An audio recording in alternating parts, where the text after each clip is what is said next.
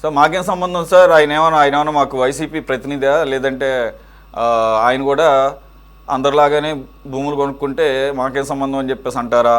లేదంటే ఆయన 21,000 20,000 ఉంటే గజం అక్కడ 4,000కే ఆయన కట్టబెట్టడం వెనక మీకు ప్రభుత్వ ముఖ్య సలహాదారుగా ఉన్నారు కాబట్టి ఆ రకంగా రుణం తీర్చుకున్నారా?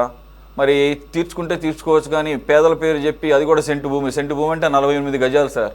48 గజాల్లో అసలు మనం ఇల్లు కట్టడానికి జనరల్గా ఎవరు ముందుకు రారు. కాకపోతే ఏదో ఇస్తున్నారు కదా, ప్రభుత్వం ఎంత ఇస్తే అంత తీసుకోవాలని చెప్పేసి ఒక ఇదే తప్ప, అది ఏదన్నా కాస్త ఒక రెండు సెంట్లన్నా ఉంటేనో 2-3 సెంట్లు అంటే కాస్త ఇల్లు కనపడుతుంది. మనమేమో ప్యారిస్లు కట్టుకుంటేనేమో ఒక బాత్రూమే మనకు ఒక 2-3 సెంట్లు ఉండాలి. పేద ప్రజలకు మాత్రం ఇల్లంతా కలిపి 1 సెంటు సరే ఇచ్చారు ఏదో. మరి ఇచ్చినప్పుడు వారికి ఇవ్వకుండా వారి పేరు మీద ఈ రకంగా ఆయన ఏమన్నా తిండికి లేనివాడా, లేకపోతే ఆయన ఒక సివిల్ సర్వెంటు, జీవితాంతం ఆయన కష్టపడి సంపాదించుకున్నదే ఉంటుంది బోళ్ళంతా.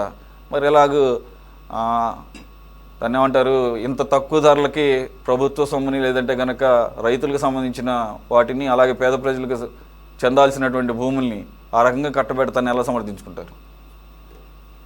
మొదటిగా టీవీ ప్రేక్షకులకు, వీక్షకులకి, ప్యానెల్లో ఉన్న సభ్యులకి మీకు శుభ సాయంకాలం. ఒకటి, అజయ్ కల్లాం గారు ఇంతకుముందు చౌదరి గారి చెప్పారు ఎంత నిజాయితీ పరులని. 35 సంవత్సరంలో ఐఏఎస్ గా దేశానికి సేవ చేశారు. 1983 బ్యాచ్ అనుకుంటా సిఎస్ గా పనిచేశారు. టిటిడి ఈఓగా పనిచేశారు. ఒక్క మచ్చ లేకుండా రిటైర్డ్ అయ్యారు వారు. అటువంటి వ్యక్తి మీద ఈ బురద జల్లే ప్రక్రియ చేస్తున్నారంటే టీడీపీ వారు ఎవరు ప్రజలు నమ్మరు. మీ ఎమ్మెల్యేల మీద ఉన్నటువంటి అభియోగాలు అవి తీర్చుకోండి చౌదరన్న అని చెప్పి నేను తెలియజేస్తున్నా. ఇంకా విశాఖ భూముల గురించి మనం వచ్చేస్తే, విశాఖ భూమిలో 1 సెంటు భూమి కూడా అంటే వారు మన అజయ్ కల్లాం గారు కొనలేదు. అధికారం మీ చేతిలో ఉంది కదా, ఇప్పుడు అధికారం టీడీపీ వాళ్ళ చేతిలో ఉంది. 2024 నుంచి ప్రభుత్వం మీదే, సిఐడి మీదే, ఏసీబీ మీదే, విజిలెన్స్ మీదే, అన్ని మీ చేతుల్లో ఉన్నాయి. నిజంగా స్కామ్ జరిగితే సురేష్ గారు ఎఫ్ఐఆర్ చేసి లోపల వేయడానికి 1 రోజు చాలు. 1 డేనే, ఇంకా మరీ ఎక్కువ అవసరం లేదు. దీనికి ఇన్ని రోజులు చేయాల్సిన పనే లేదు వీళ్ళు. ఏమే దీనికంతా కూడా వీళ్ళ దానికి ఏమంటే ఎందుకు చేయలేదంటే ఒక్క ఆధారాలు లేవు కాబట్టి వీళ్ళు దాన్ని ఓన్లీ ఊరికే మీడియాలో వచ్చి మాట్లాడడము, ఏదో అప్పుడు చేసినారు ఇప్పుడు చేసినారు. ఇంకా జగన్మోహన్ రెడ్డి పోయి 2.5 సంవత్సరం అయినా కూడా పక్కకు వచ్చిన మీరు అభివృద్ధిని చెయ్యలేక ఊరికే లేనిపోని ఆరోపణలు చేస్తూ నిందలు చేస్తున్నారు. వీళ్ళు అదే కోర్టుకు వెళ్ళాలి అనుకుంటే, ఇప్పుడు కోర్టుకు వెళ్ళొచ్చు కదా, కోర్టుకు వెళ్ళాలి అనుకుంటే ఏమి నిరాధారమైన కేసులు ఇవి. కోర్టులో వేస్తే మొటిక్కాయ పెడుతుంది కోర్టు అరుస్తుంది. ఇదంతా కూడా కోర్టుకు మళ్ళీ ఇక్కడంతా మీడియాలో అరుస్తారు, కోర్టులో సైలెంట్ అవుతారు. కాబట్టి వీళ్ళంతా కూడా ఇటువంటి కార్యక్రమాలు చేస్తున్నారు. ఇప్పుడు వీళ్ళు చేసిండేది ఒకటి మనం చూసుకుంటే, 2024లో అధికారంలోకి వచ్చినప్పుడు వీళ్ళు విశాఖలో దశపల్లగా 2014 నుంచి 19 మధ్యలో విశాఖలో దశపల్ల గాని, కైలాసగిరి గాని ప్రాంతంలో మన సిఆర్జెడ్డి కానీ వివిడిఏ మాస్టర్ ప్లాన్ నిబంధనలను ఉల్లంఘించి వీళ్ళు దీన్ని ఉల్లంఘించి దీనికి లేఅవుట్లు వేశారు అక్రమంగా. ఈ లేఅవుట్లు వేస్తే అప్పట్లో 2019 తర్వాత సిట్ వేశారు జగన్మోహన్ రెడ్డి గారు. సిట్ వేస్తే 1,760 ఎకరాల భూమి అక్రమంగా లేఅవుట్ చేసి అమ్మారని సిట్టు ప్రాథమిక నివేదిక కూడా ఇచ్చింది. దీంట్లో నంబర్ 1 ఒకటి అప్పట్లో వీళ్ళు చేసిన దాంట్లో. Bhogapuram airport number 2. Bhogapuram airport కు సంబంధించి 2,200 ఎకరాలు సేకరిస్తే 5,000 ఎకరాలకు పైగా చేతులు మారాయని చెప్పి రైతులే రిపోర్ట్ ఇచ్చారు. రైతులు రిపోర్ట్ ఇస్తే అప్పుడు ఏం చేశారు, వైసీపీ అధికారంలోకి వచ్చాక ఒక క్యాబినెట్ సబ్ కమిటీని వేశారు. దీని మీద క్యాబినెట్ సబ్ కమిటీని వేస్తే ఇది ఇన్సైడ్ ట్రేడింగ్ దీంట్లో జరిగింది అని తెల్లమైంది. ఇన్సైడ్ ఇలా చెప్పుకుంటూ పోతే ఒక్కటి కాదు సురేష్ గారు, ఇలా చెప్పుకుంటూ పోతే మధురవాడ, ఆనందపురము, ఋషికొండ, సింహాచల దేవస్థానం భూములు, గాజువాకలో బినామా పేర్ల మీద లేఅవుట్లు, ఇవంతా కూడా ఒక్కటి కాదు. వీళ్ళ అక్రమాలను చేసిండేది అవి బయటపడతాయని దానిలను అప్పుడు ఏం చేశారంటే 2014-19 మధ్యలో వీరు చేసినటువంటి లేఅవుట్ మేము వచ్చాక ఆపామన్నమాట.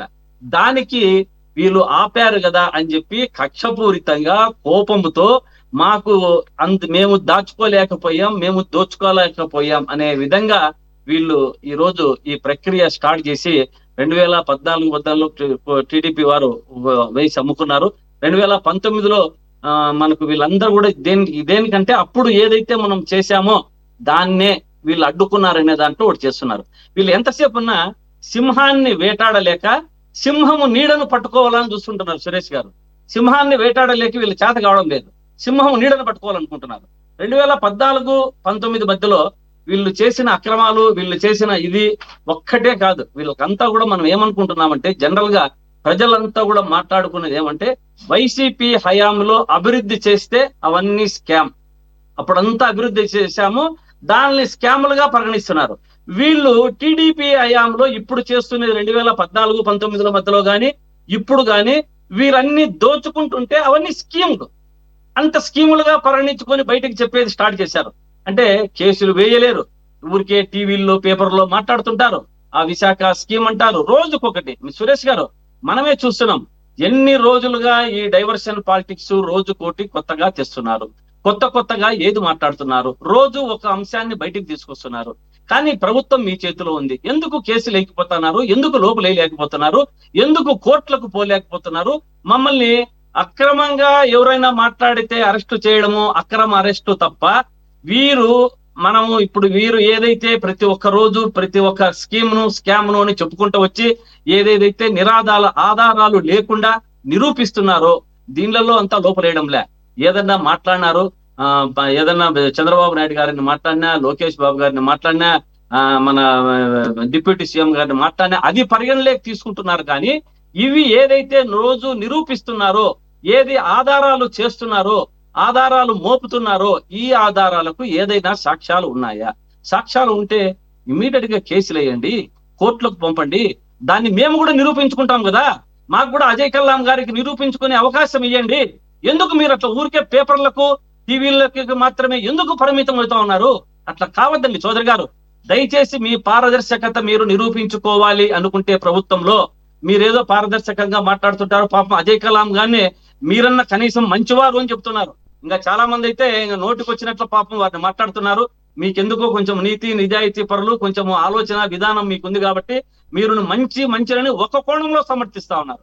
అంటే వారి యొక్క మనస్తత్వాన్ని చెబుతున్నారు కానీ వారి మీద చేసే అభియోగాన్ని ఇది తప్పు అని చెప్పలేకపోతున్నారు. ఎందుకంటే మీకు పార్టీ సిద్ధాంతాలు పాపం మీకు అడ్డం వస్తున్నాయి. దానికి మేమేం చేయలేం పని. సింపతి తప్ప మా దగ్గర మీరంటే మంచివారనే సింపతి తప్ప మాకు వేరేది ఇంకా, ఎందుకంటే పార్టీ సిద్ధాంతాల్లో లోబడి ఒక క్లచెస్ లో వెళ్ళిపోయినారు కాబట్టి మేమేమి చేయలేము.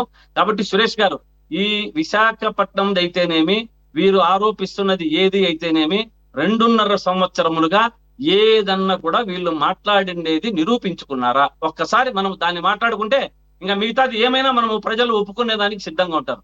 కాబట్టి వీరు ఏది కూడా ఆధారాలు లేకుండా రోజు ప్రెస్సుల్లో టీవీల్లో మాత్రమే మాట్లాడి ఈ రోజు రేపు మీరు పెడతారు, మీరు కూడా 2 రోజులు అయితేనే సురేష్ గారు ఇది పాతది లేని పక్కకు పెట్టేస్తుంటారు. కాబట్టి ఇది కాకుండా దీన్ని కంటిన్యూ చేస్తూ వారి మీద ఆధారాలు చూపించమని, లోపలికి కేసులు పెట్టమని, కోర్టులకు పొమ్మని మీరు మరీ పదే ఈ డిబేట్లను కొనసాగించాలి. అప్పుడు వీళ్ళ నిజ స్వరూపం బయటపడుతుంది అన్నది నా అభిప్రాయం. తప్పకుండా. మరి ఇప్పుడు ఏదైతే కథనాలు వచ్చినాయో ఆ కథనాల్లో అజయ్ కల్లాం గారి పేరిట రిజిస్టర్ అయినటువంటి డాక్యుమెంట్స్తో సహా అక్కడ అమ్మింది ఎవరు, కొన్నది ఎవరు అని చెప్పేసి క్లియర్గా కనపడుతుందిగా. మరి ఆ ఎవిడెన్స్లో అవి ఆధారాలు కాదంటారా? మరి సింపుల్గా అలా కొట్టేస్తే అట్లా మరి ఆ రిజిస్ట్రేషన్ పేపర్స్ అందులో ఒక మనిషి 15 స్థలాలు కొనాల్సినంత అవసరమే ఉంది. ఆయన ఏమి దాన్ని ఏమంటారు ప్యాలెస్లు కట్టుకున్నటువంటి చరిత్ర లేదు కదా. 7,900 అంటే దాదాపు 8,000 గజాలు, మరి అంటే మామూలు విషయం కాదు. అది కూడా 20,000 22,000 మార్కెట్ రేట్ ఉంటే 4,000 రూపాయలకే రిజిస్ట్రేషన్ పేపర్లు కనపడుతున్నాయి. సరే, ఎక్కువ సమయం తీసుకోకుండా మరి దానికి ఏమన్నాం? సురేష్ గారు, దేనికైనా లెక్కాచారము, ఒక ఐటీ రిపోర్టు, ఎవరికి ఎంత కొనాలన్నది ఉంటుంది కదా. దాన్ని నేనేం చెప్తున్నానంటే నేను మీతో కోరుకున్నది అదే. ఇప్పుడు వారు విచారించండి, వారిని పిలిచి ఏ పత్రాలు ఇవి ఎందుకు కొన్నారు, ఎట్లా కొన్నారు అని వారితో కూడా విచారణ తీసుకోవాలి కదా. అది తీసుకోకుండా ఊరికే అభియోగాలు మోపి మాట్లాడితే, తీసుకొని ఉండింటే వీళ్ళ దగ్గర ఆధారాలు లేకుండా ఊరికే మాట్లాడడం సబబు కాదు. కాబట్టి ఈ డిబేట్లను కంటిన్యూ చేయండి. వారిని నిజాన్ని నిగ్గు తేల్చేంత వరకు కూడా మనం కూడా ఇదే డిబేట్లలో కంటిన్యూ అవుతాం. మేము కూడా రోజు దానికి తగ్గ ఆధారాలు కూడా రేపటికి మీరు ఇదే పెట్టారనుకో, రేపటికి మళ్ళీ తీసుకొని కూర్చుంటాం ఆధారాలు పెట్టుకొని, వాళ్ళని కూడా కూర్చోమని. తప్పకుండా.